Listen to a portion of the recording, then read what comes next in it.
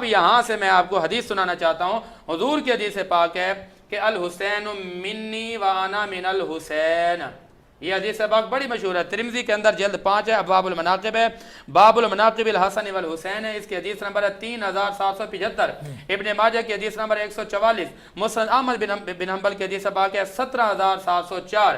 حدیث تو یہ آپ نے سنی بھی ہے، پڑھی بھی ہے، کئی دفعہ بیان بھی کی ہے، لیکن میں اس کے اندر ایک بڑا حسن ڈالنا چاہتا ہوں، ایک رنگ بیان کرنا چاہتا ہوں. آقا نے فرمایا کہ حسین مجھ سے ہے. بات یہ سمجھ آنے والی ہے کہ حسین کا ظہور مجھ سے ہے، حسین کا صدور مجھ سے ہے. وہ کیسے؟ میرے آقا کی ایک حدیث پاک ہے، معجم کبیر کے اندر یہ بات موجود ہے. معجم کبیر جلد 22 صفحہ نمبر 423، حدیث نمبر 1042، اور مجمع الزوائد جلد 4 صفحہ نمبر 222 اور 224. اور اس کے علاوہ مسند فردوس جلد نمبر 3 صفحہ نمبر 264، حدیث نمبر 4787. اور اسی طرح تہذیب الکمال جلد 19 صفحہ نمبر 483. امام الانبیاء نبی پاک علیہ الصلوۃ والسلام کی حدیث ہے، اور راوی ہیں حضرت سیدہ خاتون جنت فاطمہ الزہرا رضی اللہ تعالی عنہ. آپ فرماتے ہیں کہ میرے بابا جان نے مجھے فرمایا کہ ہر اولاد کا تعلق اس کے والد کے خاندان کی طرف ہوتا ہے، لیکن میرے آقا نے اس موقع پر فرمایا کہ حسین منی کی تشریح بیان کر رہا ہوں. میرے آقا نے فرمایا کہ یہ حسین ابن علی، فرمایا کہ یہ میرا بیٹا ہے، میں اس کا ولی ہوں، میں اس کا وارث ہوں، میں اس کا والد ہوں. قرآن آیت مبارکہ میں کہا ابنانا و ابناکم. یہ بات ہو گئی کہ حسین مجھ سے ہے. اب اگلی بات سنیے گا کہ میں حسین سے ہوں کا کیا مطلب ہے.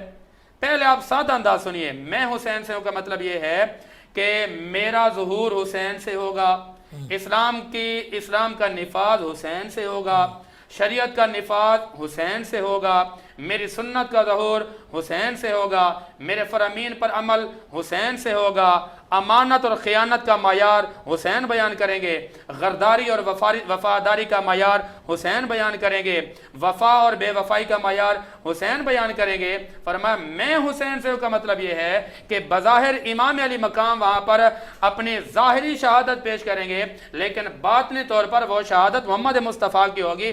صرف 1 منٹ کی میں بات کرنا چاہوں گا، ضروری اس سے متصل بات ہے.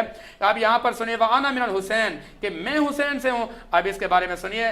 ملا علی قاری نے اپنی کتاب مرقات المفاتیح، اس کی جلد 9 صفحہ نمبر 3952 اور دار الفکر بیروت مکتبہ ہے.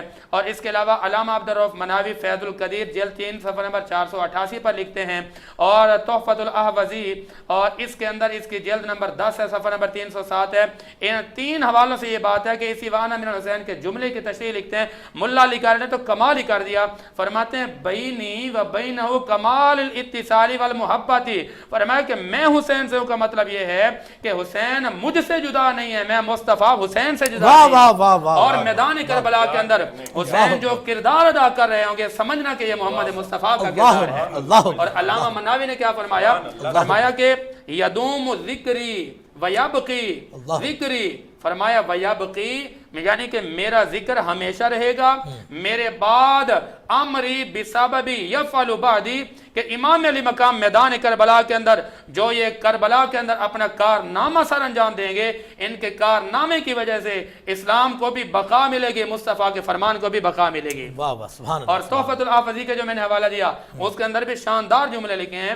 کہتے ہیں کہ کوئی حسین کو مصطفیٰ سے جدا نہ سمجھے، اور حسین یہ تشریح ہے حسین مجھ سے ہیں، میں حسین سے. اب یہاں پر بلاغت آ گئی. علم البلاغہ جو ہمارے اندر مدارس میں پڑھائی جاتی ہے، اگر بلاغت کی نگاہ سے دیکھا جائے تو یہاں مبالغہ محبت ہے، اس کو مجاز عقلی کہتے ہیں. یہ وہ محبت بیان کی گئی ہے کہ جس محبت کو تولا نہیں جا سکتا. اس لیے میرے نبی نے فرمایا کہ ان کی محبت فرض ہے. حسین منی وانا من حسین.